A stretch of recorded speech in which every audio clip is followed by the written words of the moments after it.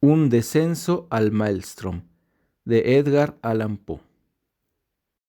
Los caminos de Dios en la naturaleza y en la providencia no son como nuestros caminos, y nuestras obras no pueden compararse en modo alguno con la vastedad, la profundidad y la inescrutabilidad de sus obras, que contienen en sí mismas una profundidad mayor que la del pozo de Demócrito.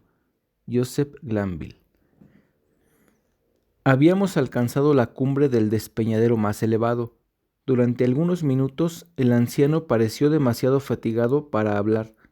Hasta no hace mucho tiempo, dijo por fin, podría haberlo guiado en este ascenso tan bien como el más joven de mis hijos. Pero hace unos 3 años me ocurrió algo que jamás le ha ocurrido a otro mortal, o, por lo menos, a alguien que haya alcanzado a sobrevivir para contarlo, y las 6 horas de terror mortal que soporté me han destrozado el cuerpo y el alma. Usted ha de creerme muy viejo, pero no lo soy. Bastó algo menos de un día para que estos cabellos, negros como el azabache, se volvieran blancos. Debilitáronse mis miembros y tan frágiles quedaron mis nervios que tiemblo al menor esfuerzo y me asusto de una sombra. ¿Creerá usted que apenas puedo mirar desde este pequeño acantilado sin sentir vértigo? El pequeño acantilado, a cuyo borde se había tendido a descansar con tanta negligencia que la parte más pesada de su cuerpo sobresalía del mismo, mientras se cuidaba de una caída apoyando el codo en la resbalosa arista del borde. El pequeño acantilado, digo, alzábase formando un precipicio de negra roca reluciente, de 1500 o 1600 pies, sobre la multitud de despeñaderos situados más abajo. Nada hubiera podido inducirme a tomar posición a menos de 6 yardas de aquel borde. A decir verdad, tanto me impresionó la peligrosa postura de mi compañero que caí en tierra cuán largo era. Me aferré a los arbustos que me rodeaban y no me atreví siquiera a mirar hacia el cielo, mientras luchaba por rechazar la idea de que la furia de los vientos amenazaba sacudir los cimientos de aquella montaña. Pasó largo rato antes de que pudiera reunir coraje suficiente para sentarme y mirar a la distancia. Debe usted curarse de esas fantasías, dijo el guía, ya que lo he traído para que tenga desde aquí la mejor vista del lugar donde ocurrió el episodio que mencioné antes, y para contarle toda la historia con su escenario presente. Nos hallamos, agregó, con la manera minuciosa que lo distinguía, nos hallamos muy cerca de la costa de Noruega, a los 78 grados de latitud, en la gran provincia de Nordland y en el distrito de Loddefern. La montaña cuya cima acabamos de escalar es Helseggen, la nebulosa. Enderécese usted un poco, sujetándose a las matas si se siente mareado. Así, mire ahora, más allá de la cintura de vapor que hay debajo de nosotros, hacia el mar. Miré lleno de vértigo y descubrí una vasta extensión oceánica, cuyas aguas tenían un color tan parecido a la tinta que me recordaron la descripción que hace el geógrafo del mar Tenebrarum. Ninguna imaginación humana podría concebir panorama más lamentablemente desolado. A la derecha e izquierda, y hasta donde podía alcanzar la mirada, se tendían como murallas del mundo cadenas de acantilados horriblemente negros y colgantes, cuyo lúgubre aspecto veíase reforzado por la resaca que rompía contra ellos su blanca y lívida cresta, aullando y rugiendo eternamente. Opuesta al promontorio sobre cuya cima nos hallábamos, y a unas 5 o 6 millas dentro del mar, advertíase una pequeña isla de aspecto desértico. Quizás sea más adecuado decir que su posición se adivinaba gracias a las salvajes rompientes que la envolvían. Unas 2 millas más cerca alzábase otra isla más pequeña, horriblemente escarpada y estéril, rodeada en varias partes por amontonamientos de oscuras rocas. En el espacio comprendido entre la mayor de las islas y la costa, el océano presentaba un aspecto completamente fuera de lo común.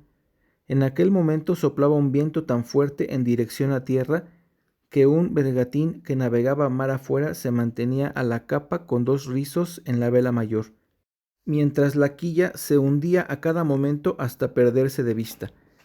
No obstante, el espacio a que he aludido no mostraba nada que asemejara un oleaje embravecido, sino tan solo un breve, rápido y furioso embate del agua en todas direcciones, tanto frente al viento como hacia otros lados. Tampoco se advertía espuma, salvo en la proximidad inmediata de las rocas. La isla más alejada, continuó el anciano, es la que los noruegos llaman Burg. La que se halla a mitad del camino es Moscoe. A una milla al norte verá la de Ambaren. Más allá se encuentran Islesen, Hotholm, Keidelhem, Swarben y Bulkholm. Aún más allá, entre Moscú y Borg, están Otterholm, Flimen, Sandflesen y Stockholm.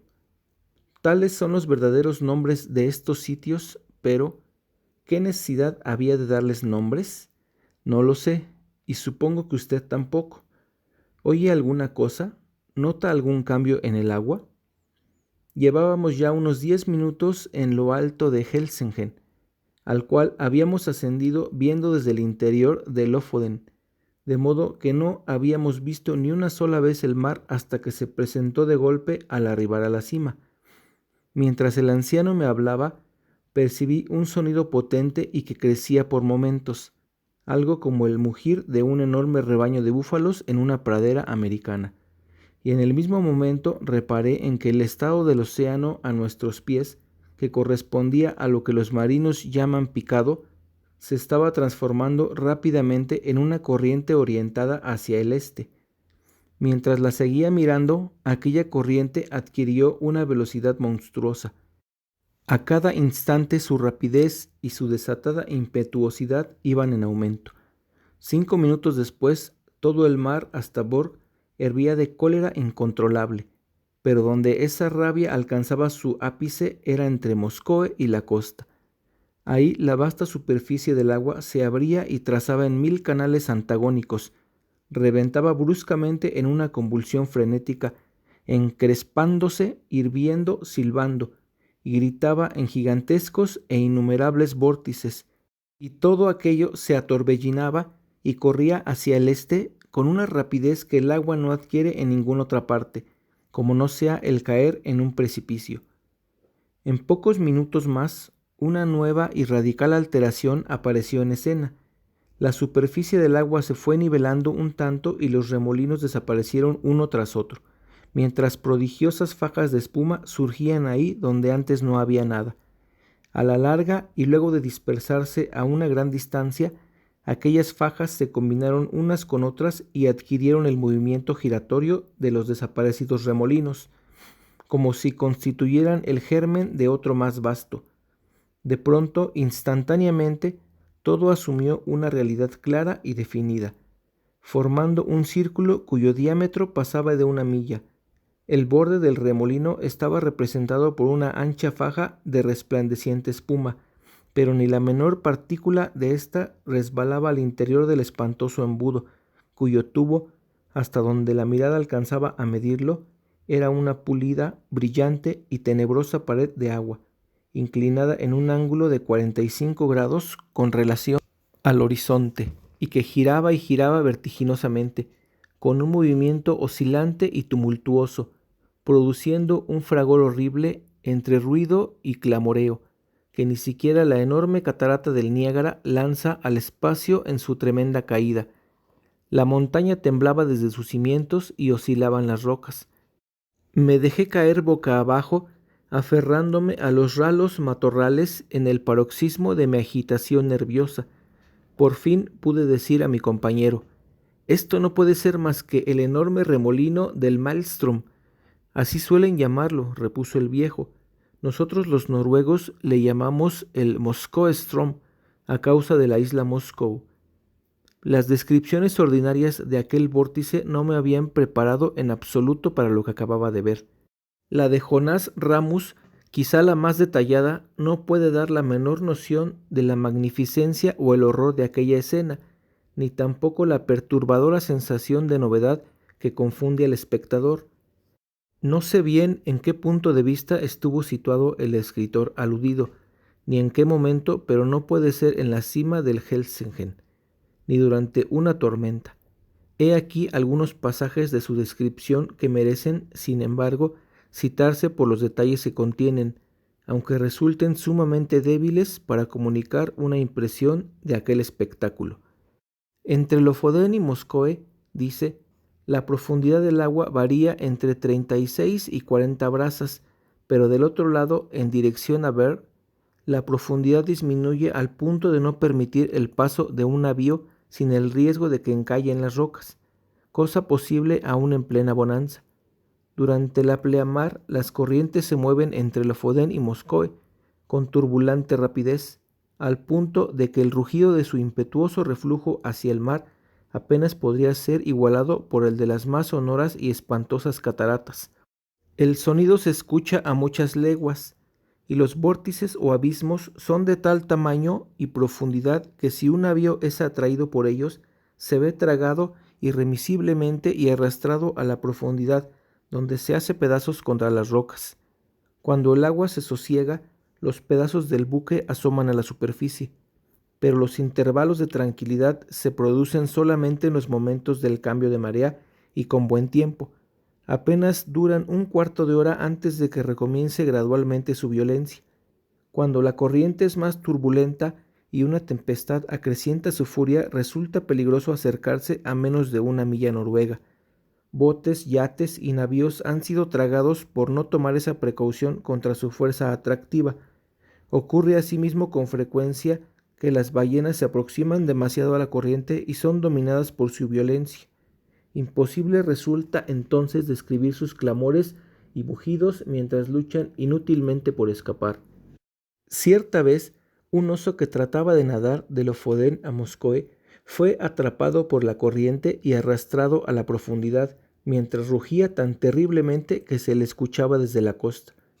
Grandes cantidades de troncos de abetos y pinos, absorbidos por la corriente, vuelven a la superficie rotos y retorcidos a un punto tal que no pasan de ser un montón de astillas.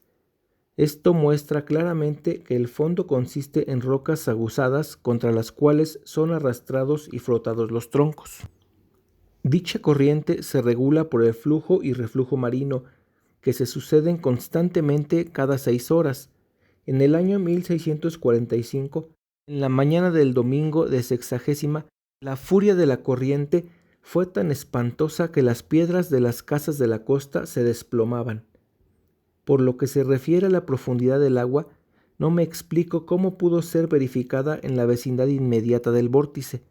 Las 40 brazas tienen que referirse indudablemente a las porciones del canal linderas con la costa, sea de Moscoe o de Lofoden. La profundidad en el centro del Moskoe-Ström debe ser inconmensurablemente grande, y la mejor prueba de ello la da la más ligera mirada que se proyecte al abismo del remolino desde la cima del Helseggen.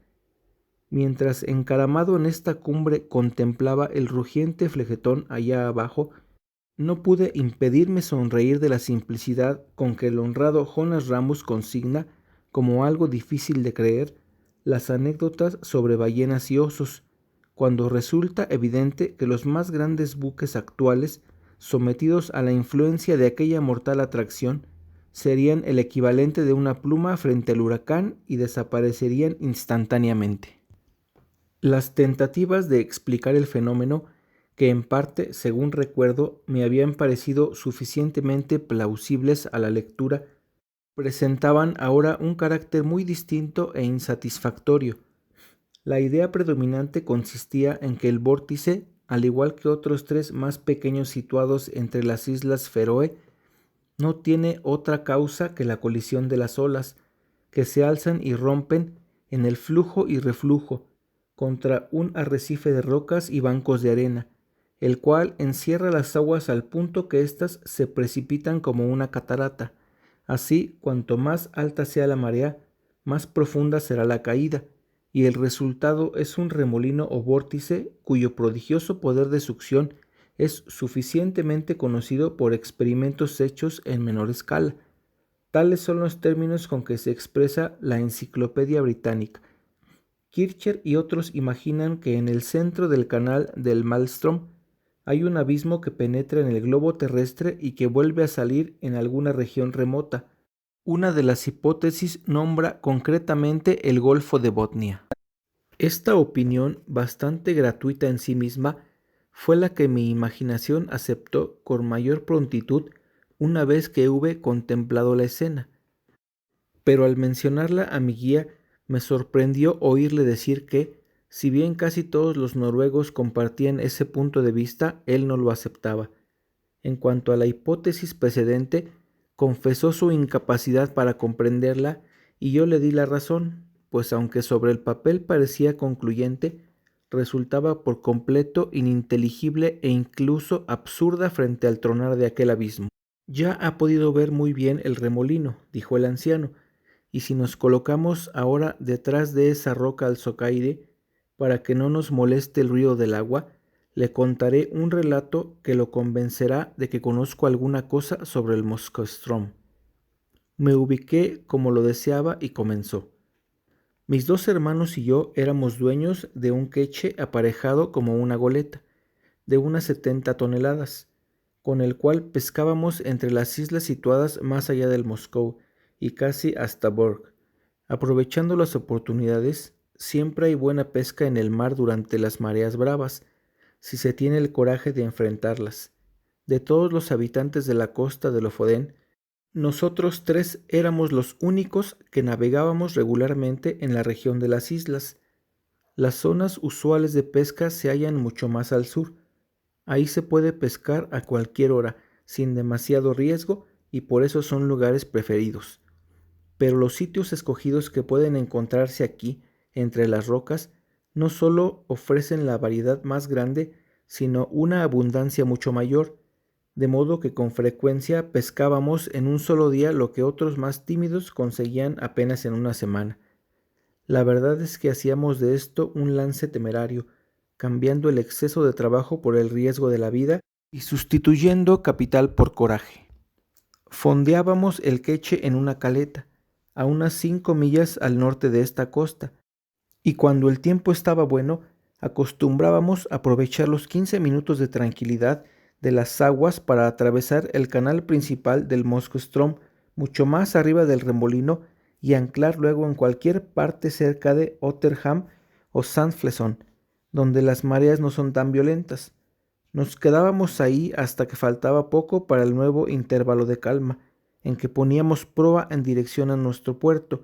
Jamás iniciamos una expedición de este género sin tener un buen viento de lado tanto para la ida como para el retorno, un viento del que estuviéramos seguros que no nos abandonaría a la vuelta, y era raro que nuestros cálculos erraran. De veces en 6 años nos vimos precisados a pasar la noche al ancla a causa de una calma chicha, lo cual es cosa muy rara en estos parajes, y una vez tuvimos que quedarnos cerca de una semana donde estábamos, muriéndonos de inanición, por culpa de una borrascosa que se desató poco después de nuestro arribo, y que embraveció el canal en tal forma que era imposible pensar en cruzarlo. En esta ocasión hubiéramos podido ser llevados mar afuera a pesar de nuestros esfuerzos, pues los remolinos nos hacían girar tan violentamente que, al final, largamos el ancla y la dejamos que arrastrara. Si no hubiera sido que terminamos entrando en una de esas innumerables corrientes antagónicas que hoy están ahí y mañana desaparecen, la cual nos arrastró hasta el refugio de Flimen, donde, por suerte, pudimos detenernos. No podría contarle ni la 20ª parte de las dificultades que encontramos en nuestro campo de pesca, que es mal sitio para navegar aún con buen tiempo, pero siempre nos arreglamos para burlar el desafío del Moskoström sin incidentes, aunque muchas veces tuve el corazón en la boca cuando nos atrasábamos o nos adelantábamos en un minuto al momento de calma. En ocasiones el viento no era tan fuerte como habíamos pensado al zarpar, y el queche recorría una distancia menor de lo que deseábamos, sin que pudiéramos gobernarlo a causa de la correntada. Mi hermano mayor tenía un hijo de 18 años y yo 2 robustos mozalbetes. Todos ellos nos hubieran sido de gran ayuda en esas ocasiones, ya fuera apoyando la marcha con los remos o pescando, pero aunque estábamos personalmente dispuestos a correr el riesgo, no nos sentíamos con ánimo de exponer a los jóvenes, pues verdaderamente había un peligro horrible. Esa es la pura verdad. Pronto se cumplirán 3 años desde que ocurrió lo que voy a contarle. Era el 10 de julio de 1800, día que las gentes de esta región no olvidarán jamás, porque en él se levantó uno de los huracanes más terribles que hayan caído jamás del cielo, y, sin embargo, durante toda la mañana y hasta bien entrada la tarde, había soplado una suave brisa del sudoeste, mientras brillaba el sol, y los más avesados marinos no hubieran podido prever lo que iba a pasar. Los tres, mis 2 hermanos y yo, cruzamos hacia las islas a las 2 de la tarde y no tardamos en llenar el queché con una excelente pesca que, como pudimos observar, era más abundante ese día que en ninguna ocasión anterior. A las 7, por mi reloj, levamos anclas y zarpamos, a fin de atravesar lo peor del Strom en el momento de calma, que según sabíamos iba a producirse a las 8. Partimos con una buena brisa de estribor y al principio navegamos velozmente y sin pensar en el peligro, pues no teníamos el menor motivo para sospechar que existiera. Pero, de pronto, sentimos que se nos oponía un viento procedente de Helseggen. Esto era muy insólito, jamás nos había ocurrido antes, y yo empecé a sentirme intranquilo, sin saber exactamente por qué. Enfilamos la barca contra el viento, pero los remansos no nos dejaban avanzar, e iba a proponer que volviéramos al punto donde habíamos estado anclados cuando, al mirar hacia popa, vimos que todo el horizonte estaba cubierto por una extraña nube del color del cobre que se levantaba con la más asombrosa rapidez. Entretanto, la brisa que nos había impulsado acababa de amainar por completo y estábamos en una calma total, derivando hacia todos los rumbos. Pero esto no duró bastante como para darnos tiempo a reflexionar. En menos de un minuto nos cayó encima la tormenta, y en menos de 2 el cielo quedó cubierto por completo. Con esto, y con la espuma de las olas que nos envolvía, todo se puso tan oscuro que no podíamos vernos unos a otros en la cubierta. Sería una locura tratar de describir el huracán que siguió.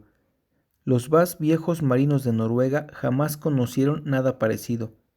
Habíamos soltado todo el trapo antes de que el viento nos alcanzara, pero a su primer embate los 2 mástiles volaron por la borda como si les hubiesen aserrado, y uno de los palos se llevó consigo a mi hermano mayor, que se había atado para mayor seguridad. Nuestra embarcación se convirtió en la más liviana pluma que jamás flotó en el agua. El queché tenía un puente totalmente cerrado, con solo una pequeña escotilla cerca de proa, que acostumbrábamos cerrar y asegurar cuando íbamos a cruzar el Strom, por precaución contra el mar picado. De no haber sido por esta circunstancia, hubiéramos zozobrado instantáneamente, pues durante un momento quedamos sumergidos por completo. ¿Cómo escapó a la muerte mi hermano mayor? No puedo decirlo, pues jamás se me presentó la oportunidad de averiguarlo. Por mi parte, tan pronto hube soltado el trinquete, me tiré boca abajo en el puente, con los pies contra la estrecha borda de proa y las manos aferrando una armella próxima al pie del palo mayor. El instinto me indujo a obrar así, y fue indudablemente lo mejor que podía haber hecho. La verdad es que estaba demasiado aturdido para pensar. Durante algunos momentos, como he dicho, quedamos completamente inundados, mientras yo contenía la respiración y me aferraba a la armella. Cuando no pude resistirme más, me enderecé sobre las rodillas, sosteniéndome siempre con las manos, y pude así asomar la cabeza. Pronto nuestra pequeña embarcación dio una sacudida como hace un perro al salir del agua, y con eso se libró en cierta medida de las olas que la tapaban. Por entonces estaba tratando yo de sobreponerme al aturdimiento que me dominaba, recobrar los sentidos para decidir lo que tenía que hacer cuando sentí que alguien me aferraba del brazo. Era mi hermano mayor, y mi corazón saltó de júbilo, pues estaba seguro de que el mar lo había arrebatado. Mas esa alegría no tardó en transformarse en horror, pues mi hermano acercó la boca a mi oreja, mientras gritaba «¡Mosko Strom!». Nadie puede imaginar mis sentimientos en aquel instante, Me estremecí de cabeza a los pies, como si sufriera un violento ataque de calentura. Demasiado bien sabía lo que mi hermano me estaba diciendo con esa simple palabra y lo que quería darme a entender. Con el viento que nos arrastraba, nuestra proa apuntaba hacia el remolino del Strom y nada podía salvarnos. Se imaginará usted que, al cruzar el canal del Strom, lo hacíamos siempre mucho más arriba del remolino, incluso con tiempo bonacible, y debíamos esperar y observar cuidadosamente el momento de calma. Pero ahora estábamos navegando directamente hacia el vórtice, envueltos en el más terrible huracán. Probablemente, pensé, llegaremos ahí en un momento de la calma, y eso nos da una esperanza. Pero un segundo después me maldije por ser tan loco como para pensar en esperanza alguna. Sabía muy bien que estábamos condenados y que lo estaríamos igual aunque nos halláramos en un navío 100 veces más grande. A esta altura, la primera furia de la tempestad se había agotado, o quizá no la sentíamos tanto por estar corriendo delante de ella, pero el mar, que el viento había mantenido aplacado y espumoso al comienzo, se alzaba ahora en gigantescas montañas. Un extraño cambio se había producido en el cielo. Alrededor de nosotros y en todas direcciones seguía tan negro como la pez, pero en lo alto, casi encima de donde estábamos, se abrió repentinamente un círculo de cielo despejado, tan despejado como jamás he vuelto a ver, brillantemente azul, y a través del cual resplandecía la luna llena con un brillo que no le había conocido antes. Iluminaba con sus rayos todo lo que nos rodeaba, con la más grande claridad, pero, Dios mío, ¿qué escena nos mostraba? Hice una o dos tentativas para hacerme oír de mi hermano, pero, por razones que no pude comprender, el estruendo había aumentado de manera tal que no alcancé a hacerle entender una sola palabra, pese a que gritaba con todas mis fuerzas en su oreja. Pronto sacudió la cabeza, mortalmente pálido, y levantó un dedo como para decirme, «Escucha». Al principio no me di cuenta de lo que quería significar, pero un horrible pensamiento cruzó por mi mente. Extraje mi reloj de la faltriquera. Estaba detenido. Contemplé el cuadrante a la luz de la luna y me eché a llorar, mientras lanzaba el reloj al océano. Se había detenido a las 7. Ya había pasado el momento de calma y el remolino del Strom estaba en plena furia. Cuando un barco es de buena construcción, está bien equipado y no lleva mucha carga, al correr con el viento durante una borrasca, las olas dan la impresión de resbalar por debajo del casco, lo cual siempre resulta extraño para un hombre de tierra firme. A eso se le llama cabalgar en lenguaje marino. Hasta ese momento habíamos cabalgado sin dificultad sobre las olas, pero de pronto una gigantesca masa de agua nos alcanzó por la bovedilla y nos alzó con ella, arriba, más arriba, como si ascendiéramos al cielo. Jamás hubiera creído que una ola podía alcanzar semejante altura, y entonces empezamos a caer con una carrera, un deslizamiento y una zambullida que me produjeron náuseas y mareo, como si mantuviera desplomándome en sueños desde lo alto de una montaña. Pero en el momento en que alcanzamos la cresta, pude lanzar una ojeada alrededor, y lo que vi fue más que suficiente. En un instante comprobé nuestra exacta posición. El vórtice del Moskoe-Ström se hallaba a un cuarto de milla adelante, pero ese vórtice se parecía tanto al de todos los días como el que está viendo usted a un remolino en una charca. Si no hubiera sabido dónde estábamos y lo que teníamos que esperar, no hubiese reconocido en absoluto aquel sitio. Tal como lo vi, me obligó a cerrar involuntariamente los ojos de espanto. Mis párpados se apretaron como en un espasmo. Apenas habrían pasado otros 2 minutos, cuando sentimos que las olas decrecían y nos vimos envueltos por la espuma. La embarcación dio una brusca media vuelta a babor y se precipitó en su nueva dirección como una centella. Al mismo tiempo, el rugido del agua quedó completamente apagado por algo así como un estridente alarido, un sonido que podría usted imaginar formado por miles de barcos de vapor que dejaron escapar al mismo tiempo la presión de sus calderas. Nos hallábamos ahora en el cinturón de la resaca que rodea siempre el remolino, y pensé que un segundo más tarde nos precipitaríamos al abismo, cuyo interior veíamos borrosamente a causa de la asombrosa velocidad con la cual nos movíamos. El queché no daba la impresión de flotar en el agua, sino de flotar como una burbuja sobre la superficie de la resaca. Su banda de estribor daba al remolino y por babor surgía la inmensidad oceánica de la que acabábamos de salir, y que se alzaba como una enorme pared oscilando entre nosotros y el horizonte. Puede parecer extraño, pero ahora, cuando estábamos sumidos en las fauces del abismo, me sentí más tranquilo que cuando veníamos acercándonos a él. Decidido a no abrigar ya ninguna esperanza, me libré de una buena parte del terror que al principio me había privado de mis fuerzas. Creo que fue la desesperación lo que templó mis nervios. Tal vez piense usted que me jacto, pero lo que digo es la verdad. Empecé a reflexionar sobre lo magnífico que era morir de esa manera y lo insensato de preocuparme por algo tan insignificante como mi propia vida frente a una manifestación tan maravillosa del poder de Dios. Creo que enrojecí de vergüenza cuando la idea cruzó por mi mente, y al cabo de un momento se apoderó de mí la más viva curiosidad acerca del remolino. Sentí el deseo de explorar sus profundidades, aun al precio del sacrificio que iba a costarme, y la pena más grande que sentí fue que nunca podría contar a mis viejos camaradas de la costa todos los misterios que vería. No hay duda que eran estas extrañas fantasías en un hombre colocado en semejante situación, y con frecuencia he pensado que la rotación del barco alrededor del vórtice pudo trastornarme un tanto la cabeza. Otra circunstancia contribuyó a devolverme la calma, y fue la cesación del viento, que ya no podía llegar hasta nosotros en el lugar donde estábamos, puesto que, como usted mismo ha visto, el cinturón de resaca está sensiblemente más abajo que el nivel general del océano, al que veíamos descollar sobre nosotros como un alto borde montañoso y negro. Si nunca le ha tocado pasar una borrasca en plena mar, no puede hacerse una idea de la confusión mental que produce la combinación del viento y la espuma de las olas.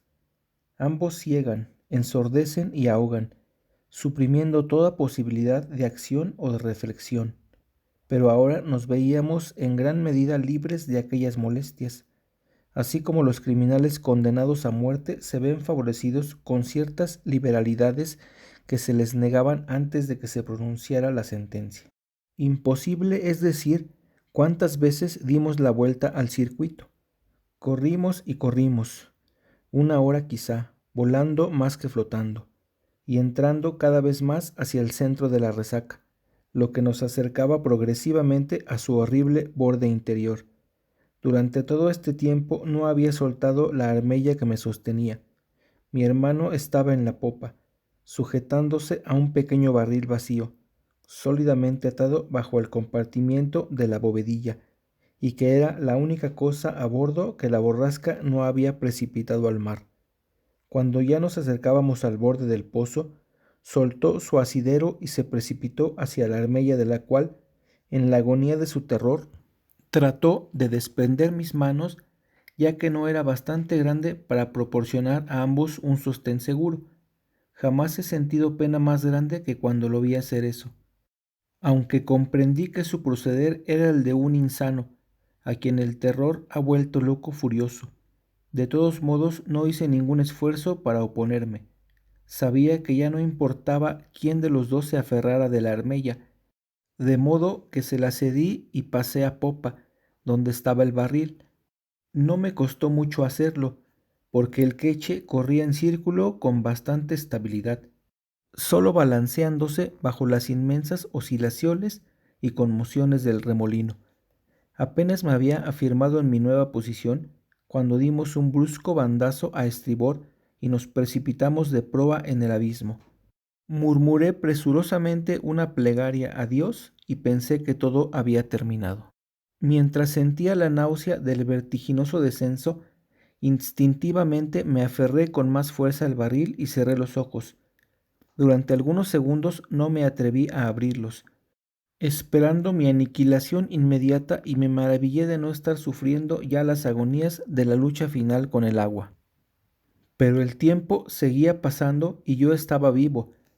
La sensación de caída había cesado y el movimiento de la embarcación se parecía al de antes, cuando estábamos en el cinturón de espuma, salvo que ahora se hallaba más inclinada. Junté coraje y otra vez miré lo que me rodeaba. Nunca olvidaré la sensación de pavor, espanto y admiración que sentí al contemplar aquella escena. El queche parecía estar colgando, como por arte de magia, a mitad de camino en el interior de un embudo de vasta circunferencia y prodigiosa profundidad, cuyas paredes, perfectamente lisas, hubieran podido creerse de ébano, a no ser por la asombrosa velocidad con que giraban y el lívido resplandor que despedían bajo los rayos de la luna, que, en el centro de aquella abertura circular entre las nubes, a que he aludido antes, se derramaban en un diluvio gloriosamente áureo a lo largo de las negras paredes y se perdían en las remotas profundidades del abismo. Al principio me sentí demasiado confundido para poder observar con precisión. Todo lo que alcanzaba era ese estallido general de espantosa grandeza. Pero al recobrarme un tanto, mis ojos miraron instintivamente hacia abajo. Tenía una vista completa en esa dirección, dada la forma en que el queché colgaba de la superficie inclinado del vórtice. Su quilla estaba perfectamente nivelada. Vale decir que el puente se hallaba en un plano paralelo al del agua, pero esta última se tendía formando un ángulo de más de 45 grados, de modo que parecía como si estuviésemos ladeados. No pude dejar de observar, sin embargo, que, a pesar de esta situación, no me era mucho más difícil mantenerme aferrado a mi puesto que si el barco hubiese estado a nivel. Presumo que se debía a la velocidad con que girábamos. Los rayos de la luna parecían querer alcanzar el fondo mismo del profundo abismo, pero aún así no pude ver nada con suficiente claridad a causa de la espesa niebla que lo envolvía todo y sobre la cual se cernía un magnífico arco iris semejante al angosto y bamboleante puente que, según los musulmanes, es el solo paso entre el tiempo y la eternidad. Aquella niebla o rocío se producía sin dudar por el choque de las enormes paredes del embudo cuando se encontraba en el fondo, pero no traté de describir el aullido que brotaba del abismo para subir hasta el cielo. Nuestro primer deslizamiento en el pozo, a partir del cinturón de espumas de la parte superior, nos había hecho descender a gran distancia por la pendiente. Sin embargo, la continuación del descenso no guardaba relación con el anterior. Una y otra vez dimos la vuelta, no con un movimiento uniforme, sino entre vertiginosos balanceos y sacudidas, que nos lanzaban a veces a unos cuantos centenares de yardas, mientras otras nos hacían completar casi el círculo del remolino. A cada vuelta, y aunque lento, nuestro descenso resultaba perceptible. Mirando en torno la inmensa extensión del ébano líquido sobre la cual éramos así llevados, advertí que nuestra embarcación no era el único objeto comprendido en el abrazo del remolino. Tanto por encima como por debajo de nosotros se veían fragmentos de embarcaciones, grandes pedazos de maderamen de construcción y troncos de árboles, así como otras cosas más pequeñas, tales como muebles, cajones rotos, barriles y duelas. He aludido ya a la curiosidad anormal que había reemplazado en mi terror del comienzo. A medida que me iba acercando a mi horrible destino, parecía como si esa curiosidad fuera en aumento. Comencé a observar con extraño interés los numerosos objetos que flotaban cerca de nosotros. Debo de haber estado bajo los efectos del delirio, porque hasta busqué diversión en el hecho de calcular sus respectivas velocidades en el descenso hacia la espuma del fondo. Ese abeto, me oí decir en un momento dado, será el que ahora se precipite hacia abajo y desaparezca. Y un momento después me quedé decepcionado al ver que los restos de un navío mercante holandés se le adelantaban y caían antes. Al final, después de haber hecho numerosas conjeturas de esta naturaleza y haber errado todas, ocurrió que el hecho mismo de equivocarme invariablemente me indujo a una nueva reflexión, y entonces me eché a temblar como antes, y una vez más latió pesadamente mi corazón. No era el espanto el que así me afectaba, sino el nacimiento de una nueva y emocionante esperanza. Surgía en parte de la memoria y en parte de las observaciones que acababa de hacer. Recordé la gran cantidad de restos flotantes que aparecían en la costa de Lofoden y que habían sido tragados y devueltos luego por el Maskostrom. La gran mayoría de estos restos aparecía destrozada de la manera más extraordinaria. Estaban como frotados, desgarrados, al punto que daba la impresión de un montón de astillas y esquirlas, pero al mismo tiempo recordé que algunos de esos objetos no estaban desfigurados en absoluto. Me era imposible explicar la razón de esa diferencia, salvo que supiera que los objetos destrozados eran los que habían sido completamente absorbidos, mientras que los otros habían penetrado en el remolino en un periodo más adelantado de la marea, o bien, por alguna razón, habían descendido tan lentamente luego de ser absorbidos que no habían alcanzado a tocar el fondo del vórtice antes del cambio del flujo o del reflujo, según fuera el momento. Me pareció posible en ambos casos que dichos restos hubieran sido devueltos otra vez al nivel del océano, sin correr el destino de los que habían penetrado antes en el remolino o habían sido tragados más rápidamente. Al mismo tiempo hice 3 observaciones importantes. La primera fue que, por regla general, los objetos de mayor tamaño descendían más rápidamente. La segunda, que entre dos masas de igual tamaño, una esférica y otra de cualquier forma, la mayor velocidad de descenso correspondía a la esfera. La tercera, que entre dos masas de igual tamaño, una de ellas cilíndrica y la otra de cualquier forma, la primera era absorbida con mayor lentitud. Desde que escapé de mi destino, he podido hablar muchas veces sobre estos temas con un viejo preceptor del distrito, y gracias a él conozco el uso de las palabras cilindro y esfera. Me explicó, aunque me he olvidado de la explicación, que lo que yo había observado entonces era la consecuencia natural de las formas de los objetos flotantes, y me mostró cómo un cilindro flotando en un remolino ofrecía mayor resistencia a su succión y era arrastrado con mucho mayor dificultad que cualquier otro objeto del mismo tamaño, cualquiera fuese su forma. Había además un detalle sorprendente que contribuía en gran medida a reformar estas observaciones y me llenaba de deseos de verificarlas. A cada revolución de nuestra barca sobrepasamos algún objeto, como puede ser un barril, una verga o un mástil. Ahora bien, muchos de aquellos restos que al abrir yo por primera vez los ojos para contemplar la maravilla del remolino se encontraban a nuestro nivel, estaban ahora mucho más arriba y daban la impresión de haberse movido muy poco de su posición inicial. No vacilé entonces en lo que debía hacer. Resolví asegurarme fuertemente el barril del cual me tenía, soltarlo de la bovedilla y precipitarme con él al agua. Llamé la atención de mi hermano mediante signos, mostrándole los barriles flotantes que pasaban cerca de nosotros, e hice lo que estaba en mi poder para que comprendiera lo que me disponía a hacer. Me parecía que al fin entendía mis intenciones, pero fuera así o no, sacudió la cabeza con desesperación, negándose a abandonar su asidero en la armella. Me era imposible llegar hasta él y la situación no admitía pérdida de tiempo. Así fue como, lleno de amargura, lo abandoné a su destino, me até al barril mediante las cuerdas que lo habían sujetado a la bovedilla y me lancé con él al mar sin un segundo de vacilación. El resultado fue exactamente el que esperaba, puesto que yo mismo le estoy haciendo este relato, por lo cual ya sabe usted que escapé sano y salvo, y además está enterado de cómo me las arreglé para escapar. Abreviaré el final de la historia. Habría transcurrido 1 hora o cosa así desde que hiciera abandono del queche, cuando lo vi a gran profundidad girar terriblemente 3 o 4 veces en rápida sucesión y precipitarse en línea recta en el caos de espuma del abismo, llevándose consigo a mi querido hermano. El barril al cual me había atado descendió apenas algo más de la mitad de la distancia entre el fondo del remolino y el lugar desde donde me había tirado al agua. Y entonces empezó a producirse un gran cambio en el aspecto del vórtice.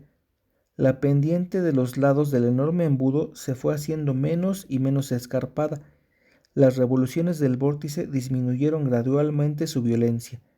Poco a poco fue desapareciendo la espuma y el arco iris, y pareció como si el fondo del abismo empezara a levantarse suavemente.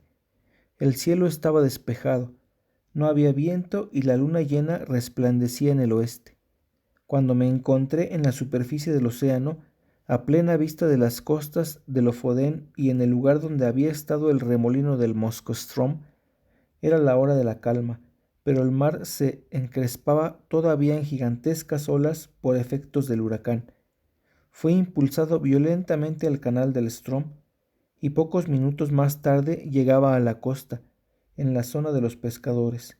Un bote me recogió, exhausto de fatiga, y, ahora que el peligro había pasado, incapaz de hablar a causa del recuerdo de aquellos horrores, quienes me subieron a bordo eran mis viejos camaradas y compañeros cotidianos, pero no me reconocieron, como si yo fuese un viajero que retornaba del mundo de los espíritus. Mi cabello, negro como ala de cuervo la víspera, estaba tan blanco como lo ve usted ahora. También se dice que la expresión de mi rostro ha cambiado. Les conté mi historia y no me creyeron. Se la cuento ahora a usted, sin mayor esperanza de que le dé más crédito del que le concedieron los alegres pescadores de Lofoden. Fin. Muchas gracias por escuchar el audiolibro. Compartan, denle like y suscríbanse. Si quieren escuchar alguno en particular, déjenlo en los comentarios. Muchas gracias y hasta la próxima.